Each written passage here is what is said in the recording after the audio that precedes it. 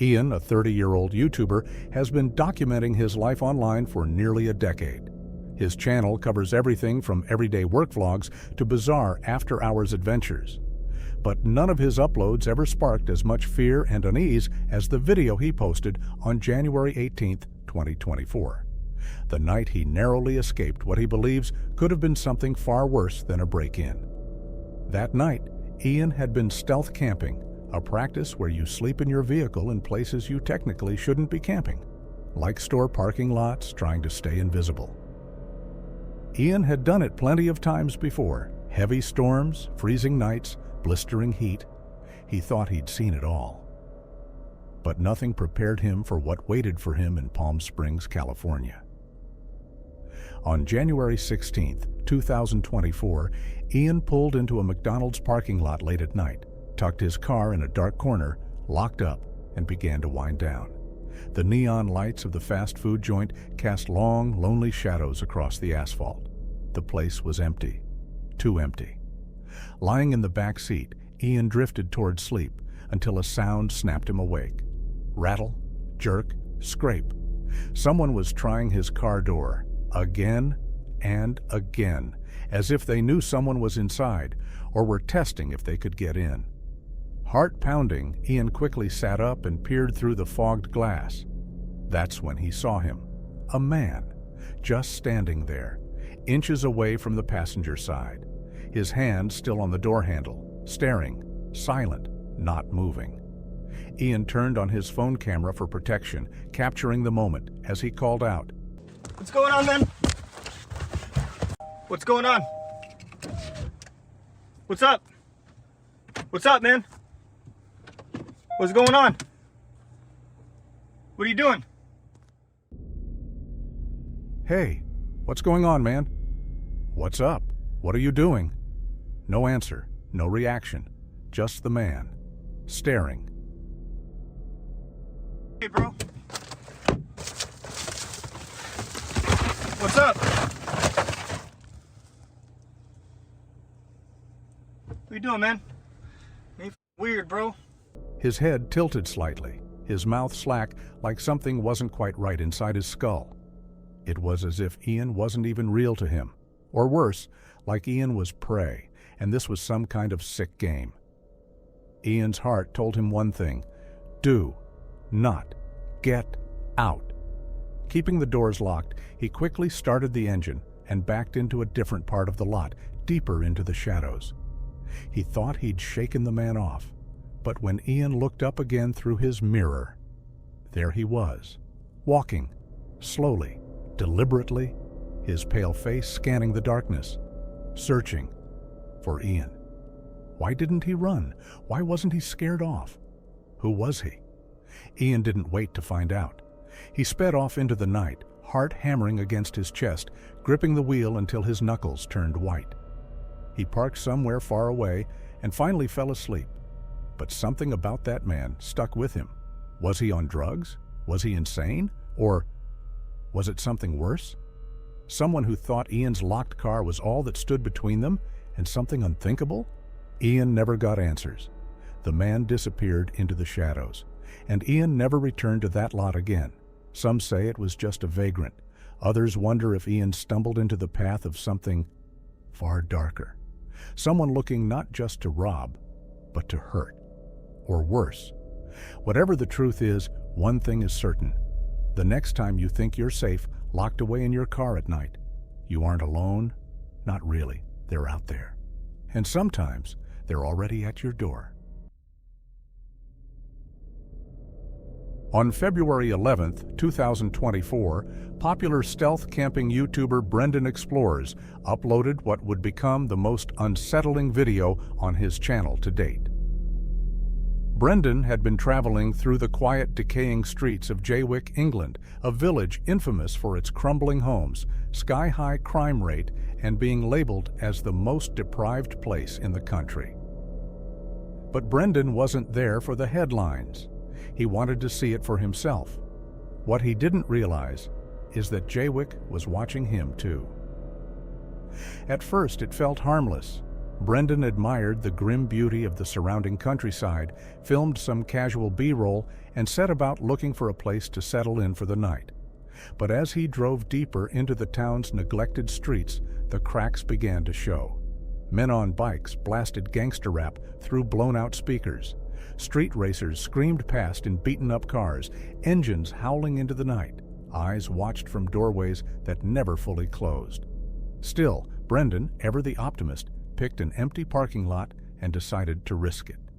But as night bled into the sky and the streets grew silent, a deep unease settled in his chest. He was utterly alone. Too alone. Feeling like a sitting duck, Brendan trusted his instincts and left. He ventured down a twisting, narrow dirt path deep into the countryside, surrounded by nothing but endless black fields and skeletal trees. No houses, no roads, no witnesses. Perfect. Or so he thought. He parked, locked up, crawled into bed. Silence, cold, darkness. Until 2:30 a.m. Crunch, crunch, footsteps, outside, circling, his van. Half asleep, heart punching through his ribs, Brendan whispered to himself, "I think someone's outside." Then it happened. I think someone's outside the van.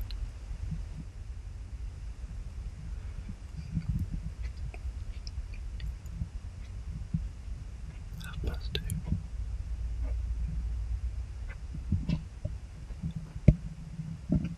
The van's sliding door handle jerked. Hard. Someone just tried the door. Brendan barely had time to move, barely time to comprehend what was happening when... Crash. Hey!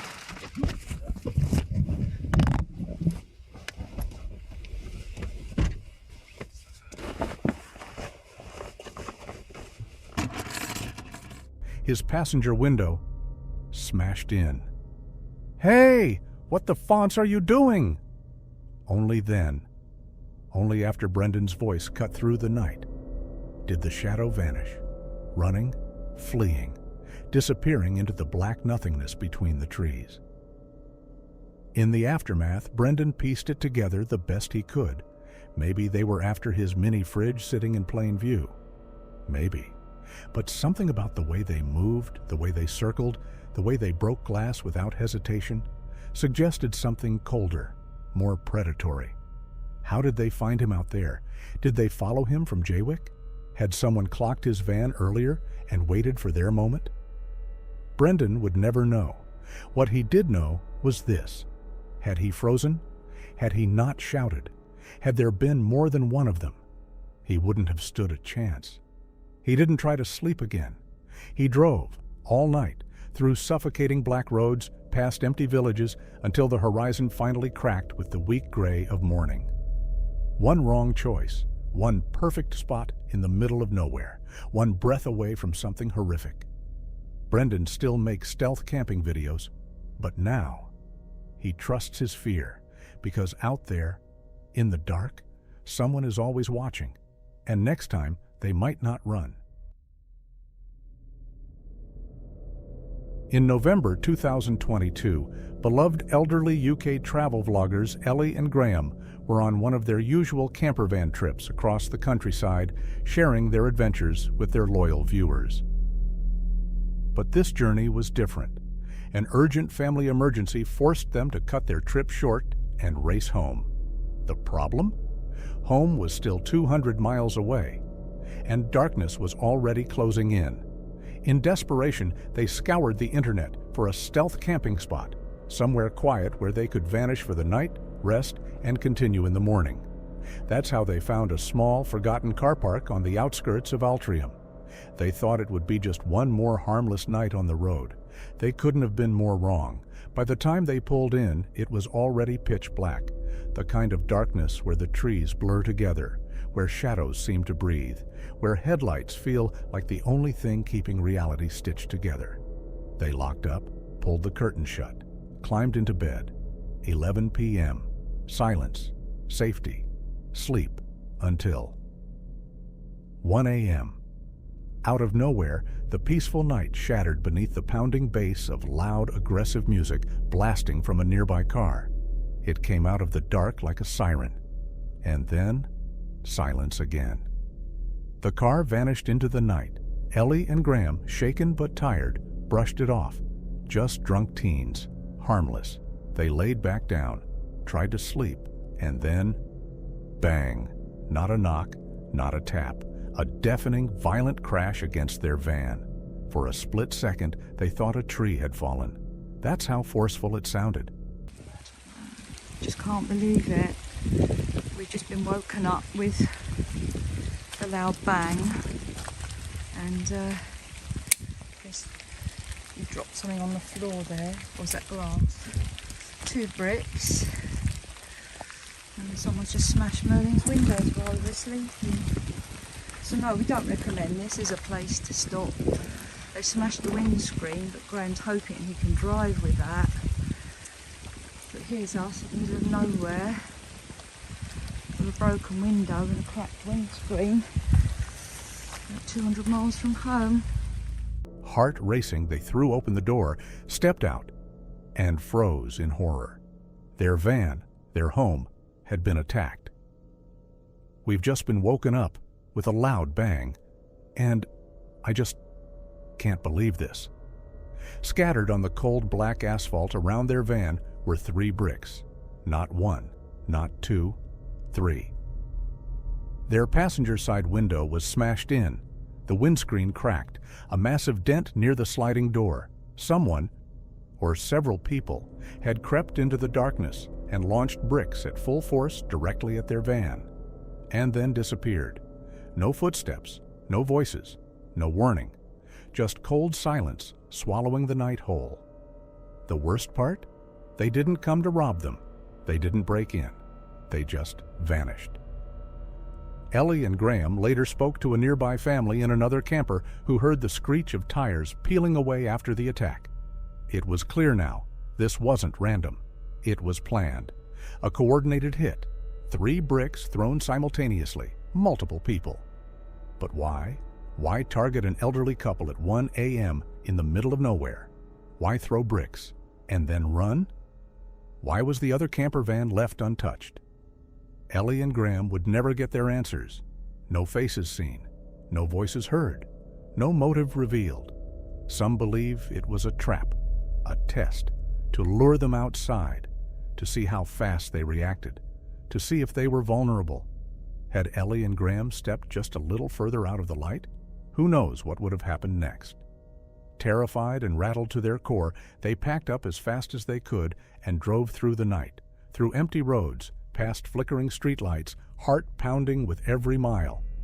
They made it home safely, but something inside them changed that night, because out there, beyond the roads, beneath the trees, in the quiet pockets of nowhere, there are people who don't want your money, or your van, or your things. They want your fear, your terror, your helplessness. And sometimes, they're watching from the dark, just waiting to strike. The night Daniel realized he wasn't alone. In March 2025, stealth camping YouTuber Daniel Mark Brown set out on what he thought would be just another peaceful night alone in nature. His plan was simple: hike the lesser-used woodland trails near Austria, England, then break off the beaten path to find a hidden spot where no one would find him. And at first, it worked perfectly. By late afternoon, Daniel had located a secluded patch deep within the woods, far from any trail or wandering hikers. Hidden from sight, blanketed by trees, and nestled near a quiet river, it was the ideal place to disappear for the night. As the sun dipped low and the light began to drain from the sky, Daniel cooked a quiet meal by the river's edge before retreating to his camouflaged shelter. Everything felt calm, safe, normal, until it didn't. After climbing into his sleeping bag and finally drifting off, Daniel was jolted awake 90 minutes later. Something was wrong. 100% being spotted. Right, I'm trying to keep calm and keeping calm. I'm almost too scared to breathe.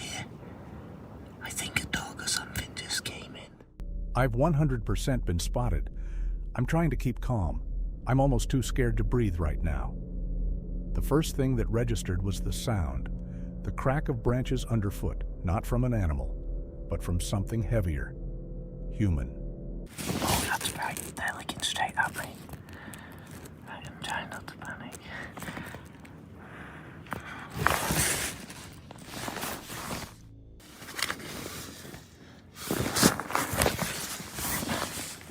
Deliberate. Then came the light, a flashlight slicing through the black, creeping steadily closer, until it was pointing right at him. Hello?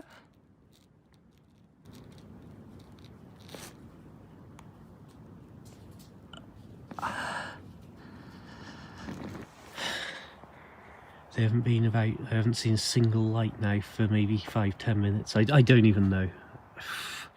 I've been just trying to keep as calm as possible, but when they walked off and the light went out, I don't even know which direction they were, but somewhere in that direction. I'll forget it, let's just go. Through the blur of fear and confusion, Daniel slowly unzipped his sleeping bag, peering out into the darkness. His breath caught in his throat. Someone was standing there, watching him, directly, not moving, not speaking, just watching. They're looking straight at me. I'm trying not to panic. No words, no explanation, no warning, just silence. And the light, frozen, burning a hole through the darkness, locked on Daniel's hidden shelter like a predator staring down prey. Desperate to break the terror, Daniel finally called out, "Hello?" Nothing. Nothing. The figure simply turned, slowly, calmly, without a word, and then vanished into the woods. The flashlight flicked off.